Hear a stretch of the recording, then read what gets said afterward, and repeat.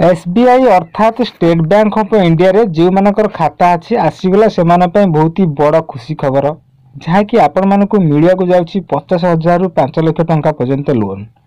तेबे आपण माने ए लोन को केमिति पाइबे कोन रही संपूर्ण अपडेट ए विषय में मु ए वीडियो माध्यम डिटेल्स रे जाने देबी। जाने पे वीडियो को शेष जाय देखंतु। एसबीआई पक्षरु जहाँ सूचना रही आपण मानक मिल पारिबो 50,000 रु 5 लाख टंका पर्यंत लोन। तेबे वीडियो को शेष जाय देखंतु। ता पूर्व वीडियो को निहाती गोटे लाइक कर देबे आ ए पर्यंत जदि सब्सक्राइब करनांती चैनल को ताले एबे सब्सक्राइब करी पाखर थिबा घंटी चिन्ह दबे ऑल सेट कर दियंतु जहाँ द्वारा कि एई हेल्पफुल वीडियो आपण माने सब बेले सठिक इन्फॉर्मेशन एई चैनल माध्यम रे पाई परिबे।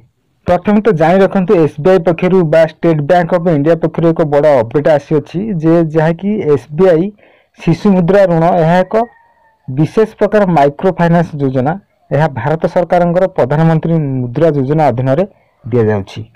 यह 3 प्रकार मुद्रा ऋण मध्य अन्यतम जो थे कि शिशु मुद्रा ऋण एवं किशोर और तरुण ऋण दि जाए। तेबे यही अधिकार सबुठारु छोट परिमाण ऋण योजना अटे जार उद्देश्य रही छोट छोट व्यवसाय और स्वयं रोजगार को प्रोत्साहित करवा। तेबे यही योजनार विशेषत्व है 50,000 रु 5 लाख पर्यंत लोन दे थाए।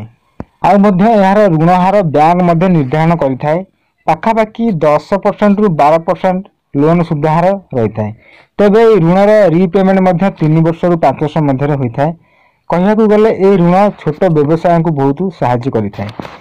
तेबे यही योजना रे लोन नेवाई हेले आपण मानकु निकटस्थ आपण मानकर निकटस्थ एसबीआई बैंक को जिबे सेठी जे आपण फॉर्म फिल करिवे तापर एही लोन पई आपण अप्लाई करि परिबे। एथि आवश्यक थिबा डॉक्यूमेंट गुडी हला देखंतु। एथिरे प्रथम तो आपण वोटर आईडी कार्ड आधार कार्ड पैन कार्ड एवं व्यावसायिक डॉक्यूमेंट सब देई आपण एथिरे लोन पई अप्लाई करि परिबे।